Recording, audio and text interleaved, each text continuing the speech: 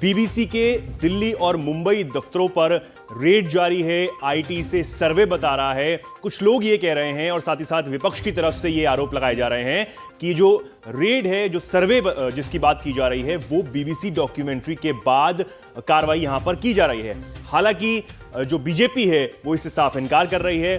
अब इसको लेकर जो कांग्रेस है उसने बाकायदा प्रेस कॉन्फ्रेंस की है। कांग्रेस के वरिष्ठ नेता और प्रवक्ता पवन खेड़ा ने पीएम मोदी और साथ ही साथ जांच एजेंसियों पर जमकर हमला बोला है। उन्होंने प्रधानमंत्री मोदी को लेकर कहा है कि प्रधानमंत्री मोदी को के अतीत को कोई सामने लाता है तो वो उसका भविष्य बर्बाद कर देते हैं। ये उन्होंने हमला बोलते हुए कहा है। वो यही नहीं रुके, उन्होंने ये भी कहा कि वो आईना साफ नहीं करते बल्कि तोड़ देते हैं।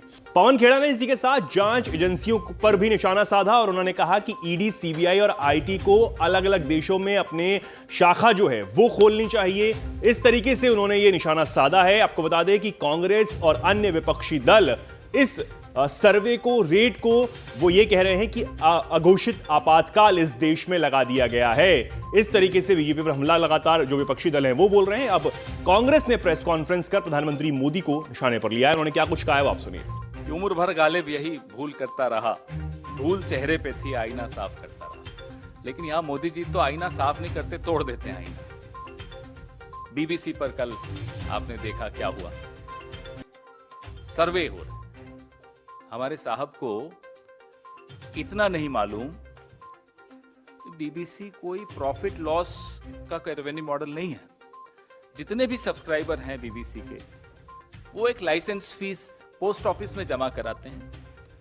पोस्ट ऑफिस वो लाइसेंस फीस बीबीसी को दे देता है और उससे तनख्वाहें चलती हैं। कोई प्रॉफिट लॉस नहीं होता उसमें। इनकम टैक्स डिपार्टमेंट भारत का, उसका कोई रोल ही नहीं है।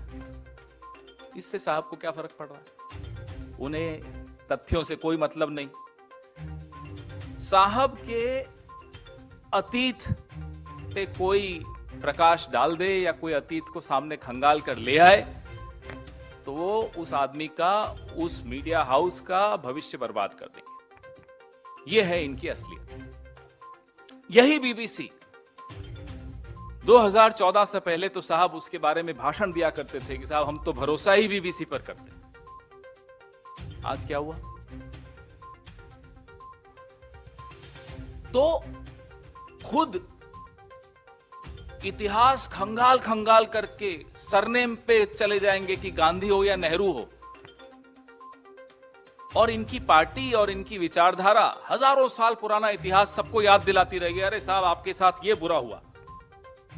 20 साल पुराना इतिहास अगर बीबीसी ने निकाल दिया तो आपको क्या परेशानी होगी?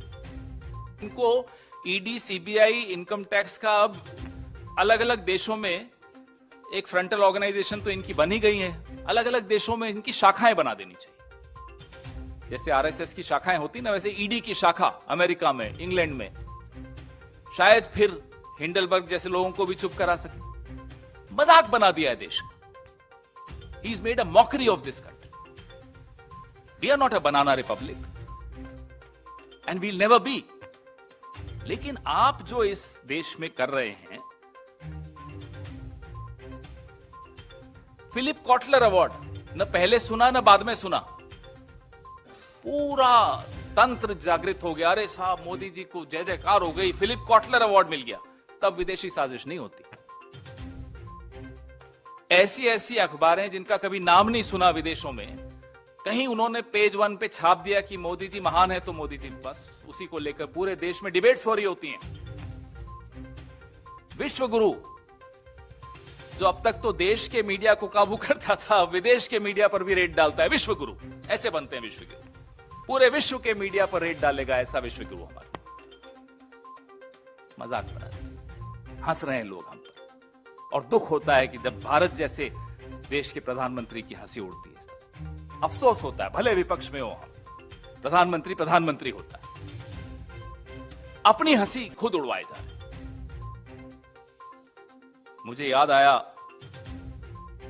लंदन में ही एक नजारा, मैदाम ट्यूसाट म्यूजियम में इनकी मोम की एक छवि बनी मोदी जी की।